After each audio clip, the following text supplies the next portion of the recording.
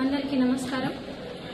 ఆదిలాబాద్ పట్టణ ప్రజలందరికీ నా విజ్ఞప్తి ఏంటంటే, ఈరోజు మేము ఎజెండా సర్వసభ్య సమావేశం ఏర్పాటు చేసుకోవడం జరిగింది.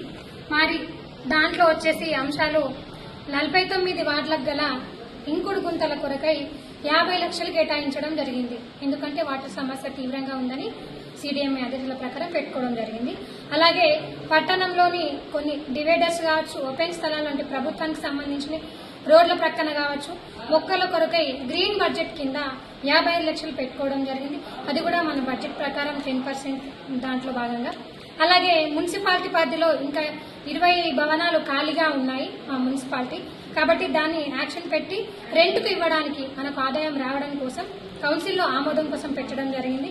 మరొకటి ఏవైతే 118 వీధి వ్యాపారుల షెడ్స్ రెంట్ కొరకై రెంట్ కూడా పెంచే దిశలో ఈరోజు పెట్టడం జరిగింది. ఇంకొకటి తాయ్ బజార్ వేలంపాట ఒకటి.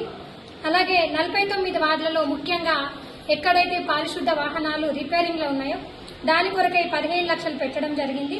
వీటన్నిటిని కూడా ప్రజల శ్రేయస్సు కొరకై, ప్రజలకు ఏది అవసరమో క్లీన్ అండ్ గ్రీన్ కాబట్టి వీటిని దృష్టిలో పెట్టుకొని పెట్టడం జరిగింది.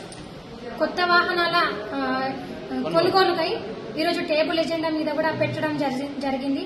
అంటే కేవలం క్లీన్ అండ్ గ్రీన్ ఉండాలి మన మున్సిపాలిటీ పట్టణం అనేది మంచి ఉద్దేశంతో పెట్టడం జరిగినా కూడా మరి బీజేపీ సభ్యులు దీన్ని వ్యతిరేకించారు, పూర్తిగా వ్యతిరేకించారు.